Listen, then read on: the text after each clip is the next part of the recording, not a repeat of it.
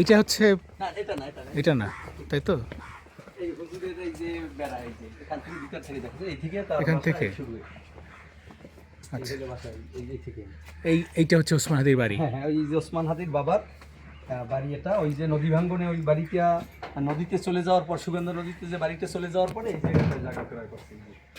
এই জায়গাটা ক্রয় করিয়া এখানটায় এই যে টিনের দোতলা যে ঘরটা করছে, এই ঘরে সেই ওসমান হাদির বাবা এবং তাদের যে ভাই বোন সব এখানে মানুষ হয়েছে এবং এখানেই বসবাস করে আসছে।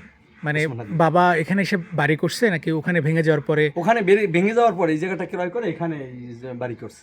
আচ্ছা, এখানে এই যে জমিটার উপরে বাড়ি করছে, এখানেই ওসমান হাদি সর্বশেষ যে তার মা ভাই বোন আত্মীয় স্বজনের সাথে এখানে এসে সময় কাটিয়ে গেছে গত 22 অক্টোবর থেকে 24 অক্টোবর, 2 দিন।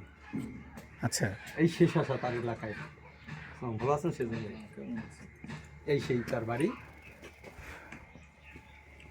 এখন আমাদের এখানে আমাদের নিরাপত্তার জন্য পুলিশ পাহারা দিয়েছে সরকার আমাদের খুব। এবং ওই যে একটা দুঃখজনক যে ঘটনা, ওই যে পিছনের ওই জানালাটা থেকে মূলত ওই যে চুরিটা সংগঠিত হয়েছিল ওই যেদিন তিনি গুলিবদ্ধ হইলেন, ওই রাতে এখানে সেই সুযোগটা কাজে লাগিয়ে দুষ্কৃতিকারীরা, যেহেতু বাড়ির সামনে থেকে আটকানো ছিল, পিছন থেকে চোর প্রবেশ করে ওই জানালাটা ভেঙে তখন সেই কিছু মালামাল টালাম নিয়ে যায়। পুলিশ পরের দিনই 2 জনকে আটক করে চালান দেয়। ওকে স্বীকার পেয়েছে? মামলা তো হয়েছে, ওরা কি স্বীকার পেয়েছিল যে মামলা? মনির ভাই পিছনে কি আছে?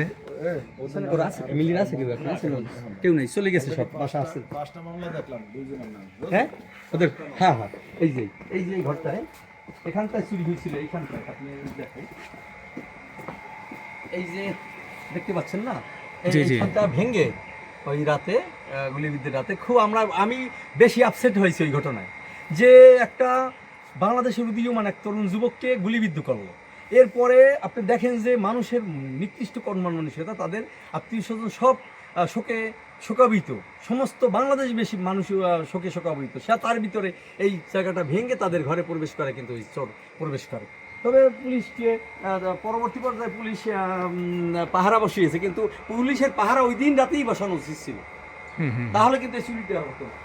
এটা রান্নাঘর ছিল, তাই না? এই যে আমি আপনাদের দেখাচ্ছি, এই হলো ওসমান হাদিদের কিন্তু এই বসবাস জীবনযাপনের যে বাস্তবতা দেখতে পাচ্ছেন, এই হলো তার বাস্তবতা।